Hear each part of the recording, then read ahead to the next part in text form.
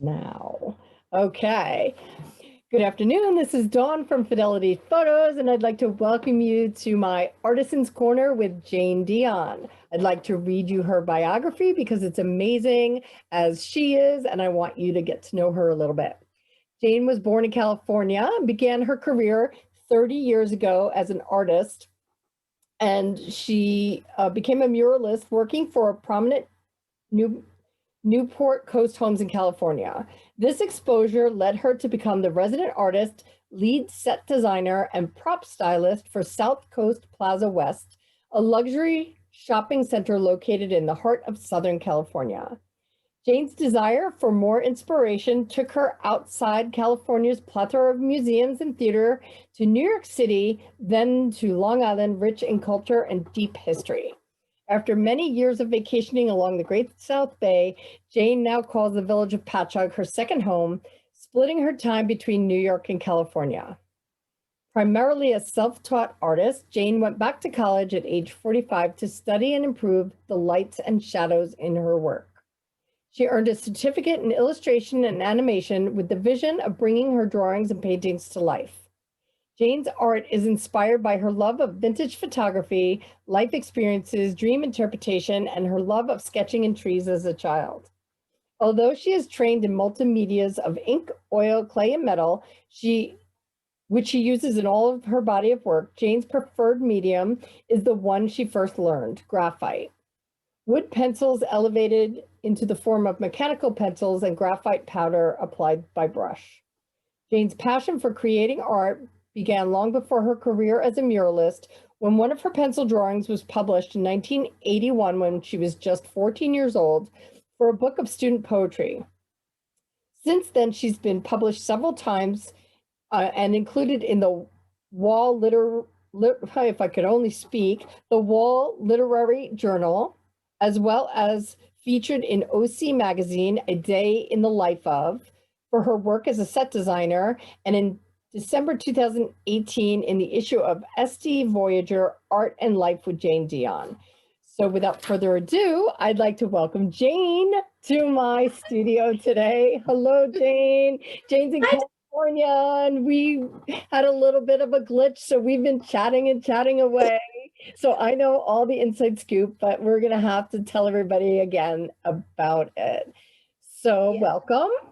Thank you so much. I'm so excited to be here and see you. And it's like I've missed you and being back there and I can't wait to get back. I really love being there. Yeah, it's great, and it's great when you're here because you're always up to something, and there's always, like the last time I saw you, you were painting a mural on the walls of one of our alleyways, which is super great and awesome. So you're always doing something amazing, but thanks. Being not here, you're still up to amazing things, and we were talking about it before. So I'm actually going to switch it up because when I was reading your bio, I'm intrigued by your sketching in trees. Tell me a little bit about that. How old were you?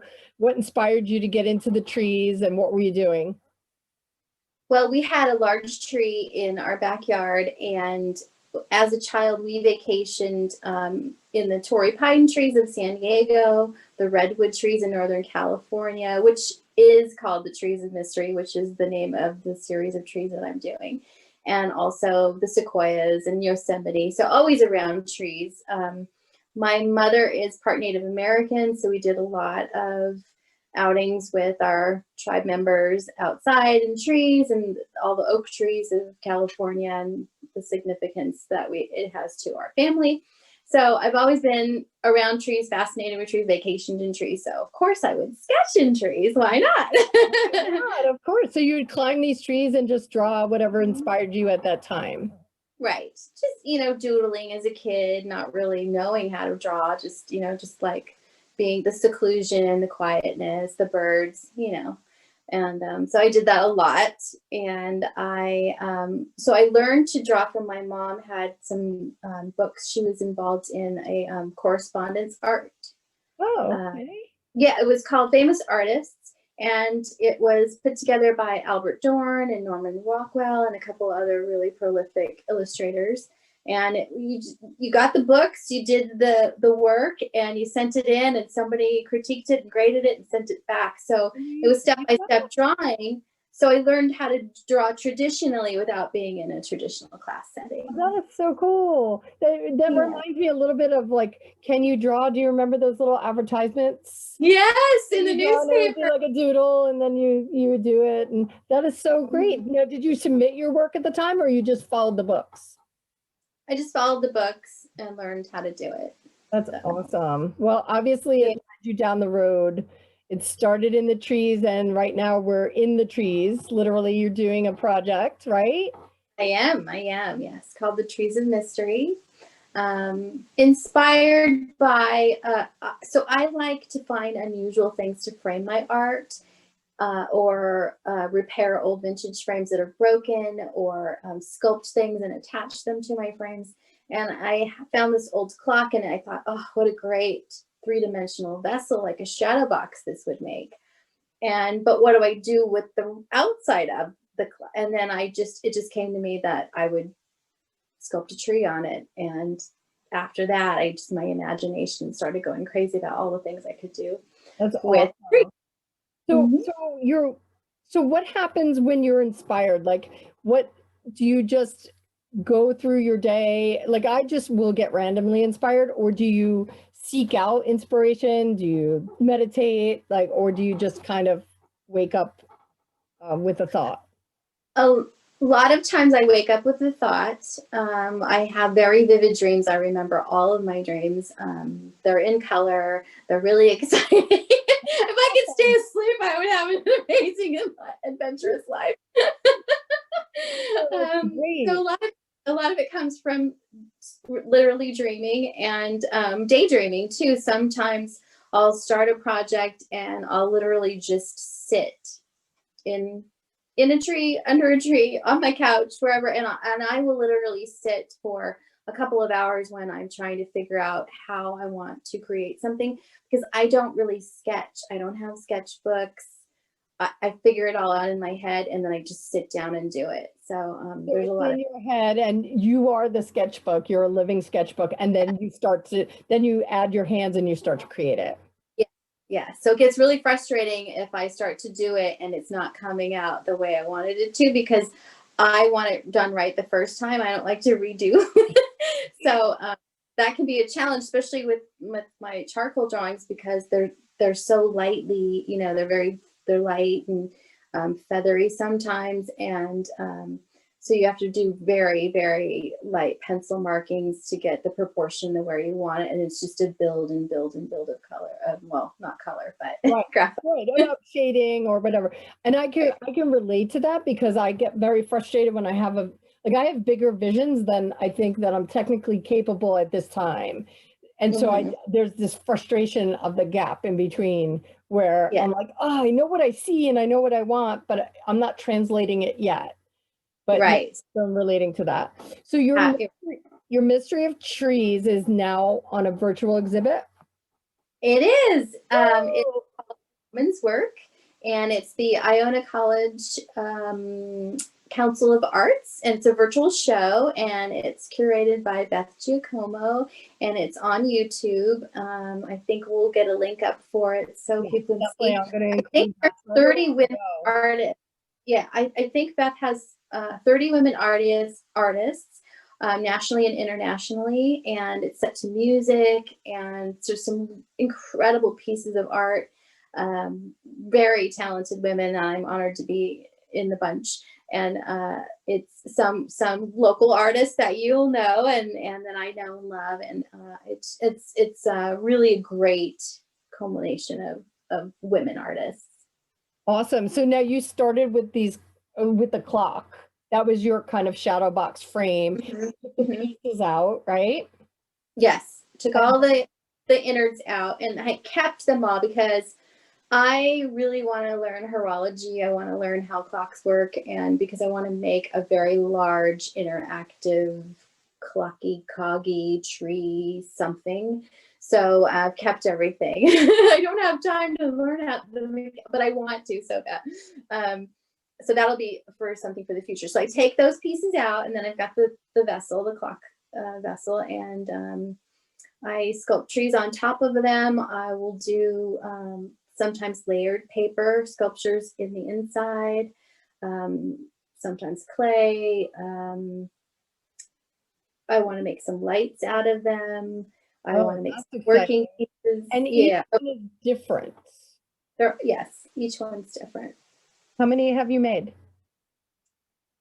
About Ooh, 7 or 8, I think, but I've sold quite a few. So now I'm kind of hoarding them until I have a larger group so I can have a show with all of them in it. I also do want to do 2 very large pieces. I want to make one from an old chair that I have, and I can't tell too many secrets. Another one, yeah, maybe don't tell with the too many secrets, because people are gonna have to follow you, and you reveal slowly. But I would say that you're always evolving as a human and as an artist, and your work is, I mean, just from what I know, it seems like your work is getting bigger. Am I right? Or have you done big, huge pieces in the past?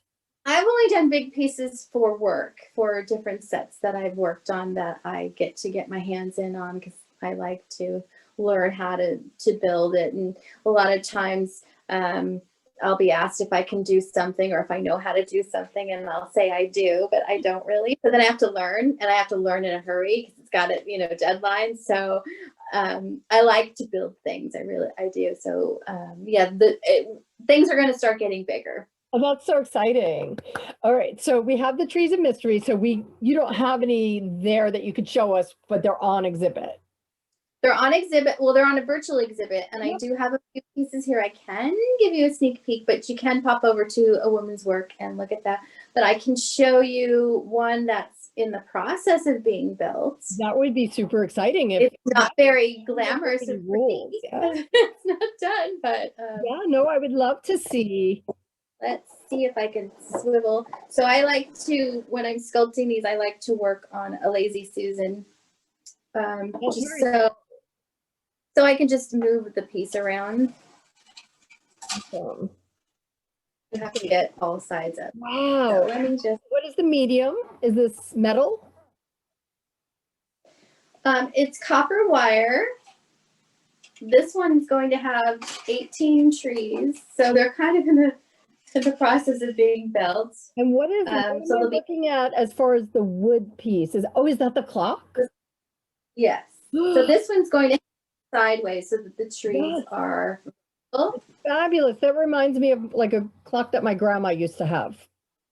Yes. Yeah. I think this is a humpback mantle clock. Yes, it is gorgeous. So the copper wire I love because it will patina over time, so it will turn green. And so it's kind of like the season of the tree, changing. Yeah. And the base of the trees is made with a 2-part epoxy type of modeling clay, so it doesn't have to be fired. Oh, nice. It'll harden on its own. And larger pieces, I can put pieces of fiberglass in it, like little shards of fiberglass to strengthen it a little more. That's the one that I'm currently working on. So and then you have like in the face of the clock, is there going to be a surprise in there as well? There will be a surprise. I don't want to say what it is. Tell me. I want to watch and see. There will be a surprise. And then I can show you really quick the 3 that I have in here. One in particular where the copper has patinaed, so you can see how it turns. Yeah, so give me a second. Sure. To move the camera. Do a little mechanical flip, and we're gonna get a sneak peek on the wall, which is super exciting. In the magical lair of the artist Jayne Dion. We're in her private space, which, that's gorgeous. Oh, I remember you sent me a picture of that. Yes. So this one, in the picture I sent you, it was freshly done. So the copper was very shiny. And so you can see now. Yes, I can see that it's got that shift in the coloring. Yeah, it's beautiful. So this one's interactive. You can crank it, it moves. That is very cool. cool. I'd like to do more. Yeah, I'd like to do more interactive pieces. So, And then here's just a quick question before you move on to the next one. With the crank, like, how do you get your inspirational pieces, like this beautiful mirror, the crank? Do you go vintage shopping or? no, well, I do sometimes, but these the mirrors were coat hooks, I guess. They were individual pieces with a little button hang your coat. And so I attached, well, first I stripped the mirror, and then I aged it so it looks like an old mirror, and then I put them together and carved. I bought one of these little planks you get at any kind of yeah, like a Michael's or a craft store. Yeah, Michael's, and then I just cut it to fit the shape of the way the mirrors were going to go. And then this part right here, big secret reveal, is from an old pepper mill. Awesome. So cool. You're amazing. Like, just the fact that you took all these components and made something that looks like it's 100 years old. Very, very, very cool. Thank you.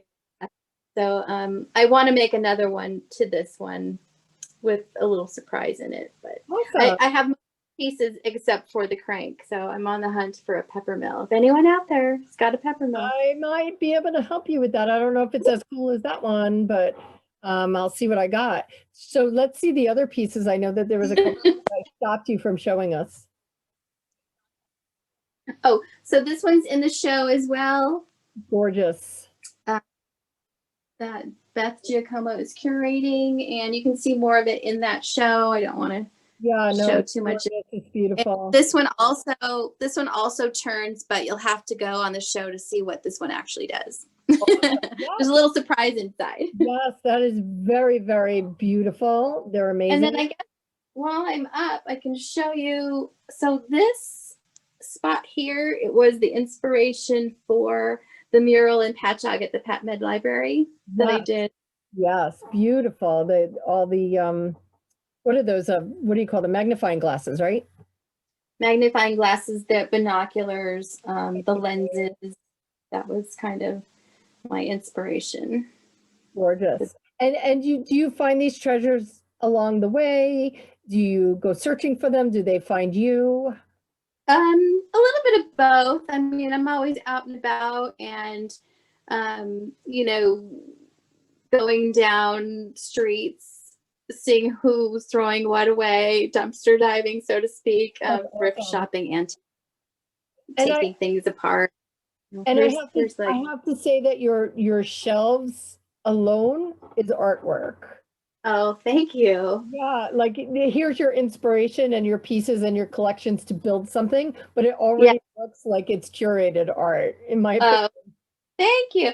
Well, so these little train cases hold all my graphite pencils in one, all my oil paints in another.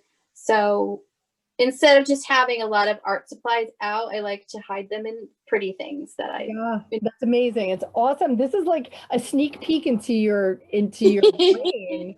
It's really neat. Yes. I see a little like bird in a bird cage. So I'm sure, and doll heads. I'm sure you've got like some fun stuff behind the scenes that you're putting together. Right. So these are pieces of, well, the little bird cage is a music box, and the bird moves, and it was a gift from a really dear friend of mine, Annabelle. She has Annabelle Antiques. She's the vintage pink Victorian home, and I think she's in Santa Mauritius. I think I passed there. I think I know where you're talking about. Yeah, she gave this to me for Christmas. That's so nice. That's so much. In these little boxes are different music boxes, which I am going to put into something, which leads me to this piece right here, which I've never really shown this piece. The one with the hand. Yes. So this one, if you turn, let me get back. If you turn this, it's a music box underneath it, and it plays "Here Comes Santa Claus." Oh, that is so cool. Little ornament in there. So I want to do some more interactive. These are some more of my. And they, you know, earlier before we went live, You were talking about the pieces and the sketches, your graphite sketches with the prosthetics, and these look like that brought to life. Yes, they are exactly. So the sketches came first, and then these little pieces. I do have three. I think there's three pieces in the permanent collection at Toast Restaurant. Awesome. A few of my pieces in there, but there's definitely three of these guys in there if you're in the area. But here's Toast is one of my favorite places, so I'm in there and I would be so excited to see your work. That is super cool. That looks like 3D. Is it 3D? Yes, it is. So this one I made for Jessica Valentin's show at Muneka Art House for her monster show. Yes. It was a Halloween I say show. that it looked a little creepy, but if it's for a monster show, I think that I can, right? Well, it's called Monster in Love. Oh, it's beautiful. How great. I love it. And it's so fun because it looks like alive in a way because of the 3 dimensions, you know? Right. And he's got like a little hairy, I don't know if you can see, but he's got some hairs hanging out. Yeah. Oh, yeah. That's so cool. Oh my goodness gracious. I can't wait to see that in real life. Yeah, I think I want to do another series before Halloween with different monsters in love and see what they come. I love the fact that you took something that could be potentially scary and softened it. It's like Beauty and the Beast a little bit, you know, monsters in love and these beautiful, what are those, calla lilies? Yes. Yeah. And you made those? Yes. Wow. Incredible. What did you make those out of? Like a clay or? I think I made, so the hand is made from, actually I think the whole sculpture part of it is made from Sculpey. Okay. So it's baked in the oven, and then the bottom is different brass and copper metals. Awesome. And it's then actually amazing because I met you as a sketch artist. Right. and I thought that was amazing. I did not realize that you have all of these talents. Well, thank you. It's an experiment, you know, you think of something and you're like, well, I can figure out how to do that. Yeah, well, pretty incredible. Pretty incredible. Thank you. And then if we want to just go over here, you can see from the process. So, yeah, here's some of your sketch work. And this, now, do you have a print of this one? You know, I know I have the mermaid, and I think I have one with an umbrella. Oh, okay, then not this one. But I love them all. And I think that I when you first printed this, you were looking for a name. And I participated. Yes, you had a contest and I participated. And I absolutely love this because it's a blend of like, you know, kind of like Vogue portrait, kind of vintage and steampunk all together. And it also tells a story of like freedom or whatever. What was the final name? Nocturnal Embrace. Yes, beautiful. The final, Kathy Mistretta won the contest, so she got a print. And yeah, so this one was inspired by just acceptance of love and different forms of love. Nice. She's got her cage where her heart is kept and the door is open, so she's willing to accept love, give love away. And same with the bat. I mean, it's kind of, you know, people are like, well, it's kind of creepy. She loves their bat, but it's just symbolism, you know. Oh, it's beautiful. Well, you know, sometimes we wind up with bats and we love them anyway. Sometimes we're a little batty, I think. Exactly. This one can be my next sentence. This one I've never shown before. Wow. Is she attached to like a light fixture? She's attached to an old hair curling permanent. Wow, the old lattice. Holy moly, that's awesome. So I was in a museum in a little obscure town named Julian in California, and they had a mannequin attached to one of those machines. And so I took a lot of pictures of it, and I was like, I have to draw something like this. That is so incredible. And what are we looking? This is a heart. Yes, this one is based on mending your broken heart. Oh, that's beautiful. Oh, look, it's stitched. You know, your work is so lifelike, and you know that was part of what was in your bio, how you bring you know things to life, and it truly Mhm. is. Even though it's a sketch, it's got this three-dimensional quality. Oh, yay! Let's talk about these gorgeous pictures. These are my COVID. These are called the Toxic Garden, and I just numbered them because I didn't want to give any specific names to them. Awesome. I think this is number 3, and this is all pastel. Beautiful. And we were talking a little bit before about the pastels, like the little chunk, and it's almost like fingerprint painting. And you've Yeah, really practiced with adding a lot of color into these pieces. yeah, yeah. So color's something I usually don't play with too much, and I've been asked by people to do some color, and so being in lockdown gave me the opportunity to sort of experiment with that. They're gorgeous. I have studied color theory, and I know about it, but I just don't usually use it in my work. This is the piece behind me. Beautiful. And tell me a little bit about the beautiful women and yeah, if you want to sit, you could be comfortable because we're going to post these. Oh, that's Yeah. gorgeous. Oh my gosh. Close up. It's I'll show fabulous. you. I'll show you. This was the first one I did. Oh, This is my yeah. daughter. Beautiful. So this one doesn't have the vibrancy or the detail because it's on paper, and it was the first one I tried. And then I moved to pastel boards because they have like more tooth to them, so that the chalk sticks better. Oh, awesome. So I did not I'm even gonna know sit that back such a down. thing existed. Yeah, I'm so gonna switch the camera back in just a sec. yeah, no problem. All my photographer friends are going to drool over your couch. That's like the dream posing couch. I have another one in my bedroom. It's a little blue one. I love them for Yeah, sitting very in. nice. So these tell me again, Toxic Garden.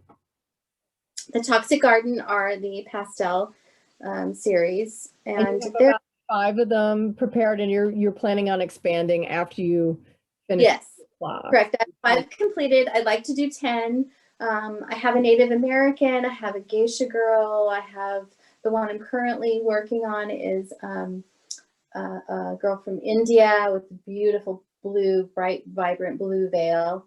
I want to try to hit all of the different ethnicities if I can, because during lockdown I was thinking about how is everyone else dealing with this? It's a global pandemic. You know what's going on with people in third world countries that can't get access to the hospitals and the oxygen and medications. And so this is just kind of what I came up with. So Thinking, you're taking your inspiration from portraits that you see and different cultures and putting all the elements together and creating your own yes, beautiful women. That's beautiful. yes. Have you considered, do you have any male and men, or is this a series of women?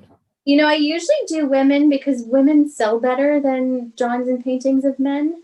Oh, I've only done a couple drawings of men. One, I don't have a copy of it. It's on my Instagram. I styled a photo shoot for body painting, oh yeah. and So the excited. models outside to photograph them with the sunset. And they were nude because their bodies were painted in the front, but not in the back. And I just thought they looked more interesting from the back. I took some pictures of them from the back, and I drew them, and it came out really well. And then the only other male that I've drawn is my son, which I do have a picture of that over here. And it was published in a magazine. Oh, how exciting. So I have to do more of him, I think, because I do a lot of my daughter and not so much of men. Yeah, But and your work is incredible. I think it expands across, like you've got the Toxic Garden, which is expanding like globally in concept, and I think that your inspiration is masculine, feminine, you know, and global, and it reaches everyone. I think it's incredible. Thank you, John. That's very nice. Thank you. I try to, you know, I want to stay true to what inspires me and how I'm feeling about things without being political, but still hitting those spots in your head or your heart that make you ponder about what is this about, what's going on. Yeah, what's going on? And it's a way of, you know, creating something you've created with these images. I mean, everything so far that I've seen that you've created, we talked a little bit before about your graphite sketches and the use of the prosthesis. Is that how you say that word? And how Mhm. they represent like missing pieces or brokenness.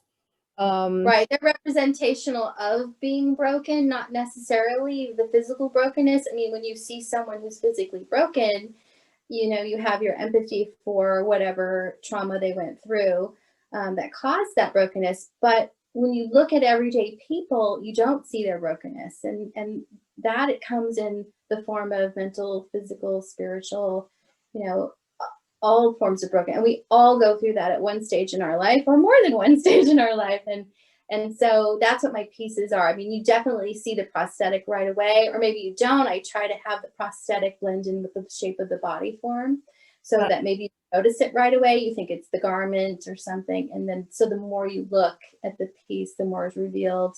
And hopefully the more emotion is brought out in the viewer. Yeah. And what's great about it is it represents something so deep and yet it's so beautiful. And that's the same thing I see with the Toxic Garden.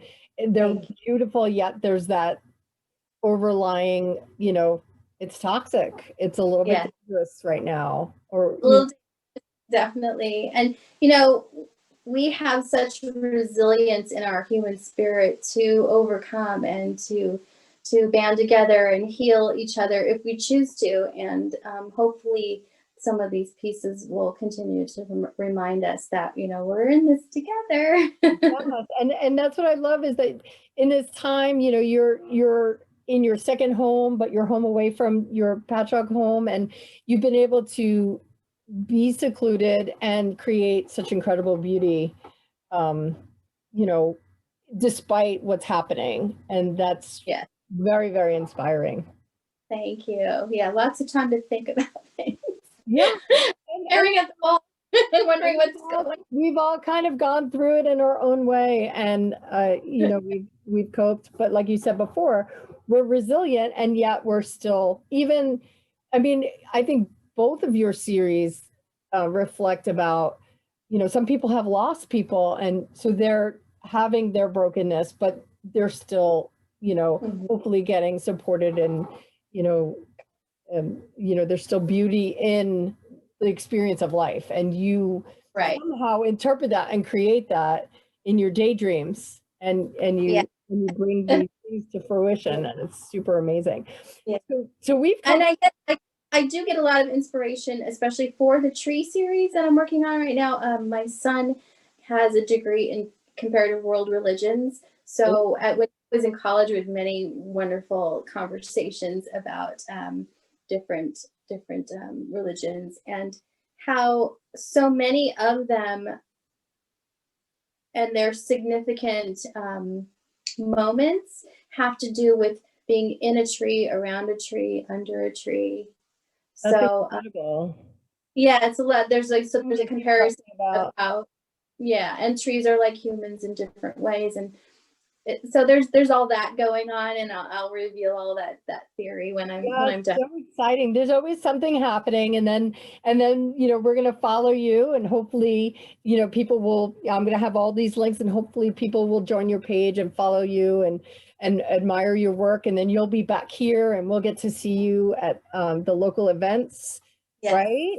You know, yes, art fairs and the Beltport on the Lane and all those great things that happen that support yes, yes. and then we'll get to see your galleries and your exhibits, and it's just going to be so exciting. And then I get to give Yes, you a hug. yes, getting back to normal. Yeah, Yeah, so good. So I I just want to thank you so much for spending this time and letting us into your secret, like magical room of, you know, your manifestation over there. Super creativity. Yeah, exciting. come stay. I'm when COVID's lifted, I'm accepting guests when I am here. Amazing. I would love it. And I know I'm going to reveal the secret that hopefully in the future we will collaborate on sets and Yeah. create amazing stuff that we can you know, spoil people that want to come in and get a special portrait with a Yes. famous Jayne Dion as the designer. It'll be I'll really, break you and put a prosthetic on you. yeah, right? You know what? Who knows what we can create, you I'm know. looking forward to making something magical, definitely. Yeah, it's gonna, you know, I saw your Christmas set, you know, and all the stuff that you had going on. That was super cool. So I Yeah. haven't seen one thing that I don't absolutely love. So Oh, thank you. yeah, It's fun. It's really fun, and hopefully, you know, we can expand and do something really incredible together. That'd be great. yeah, that'd be great. So is there anything else? I'm going to share all of your links. I have all your social media. We talked about Beth's great exhibit that you're part of. Is there anything else that you would like to share before we say goodbye? Gosh, I can't think of anything, but just stay tuned, and you know, we'll add as we go. Yeah, stay tuned is definitely the key phrase because there's always something happening. Yes, absolutely. Thank you so much, Dawn. It was great chatting with you and sharing what's in my brain. Oh, great. Like I feel like I have a expanded view, like much more than I had before. And it's been my delight. And I'm so honored that you were a yes to being here and sharing what you're up to. Thank you. Thank you so much for asking me. I really enjoyed it. Thanks. You're welcome. Have a great day. You. Bye. Bye.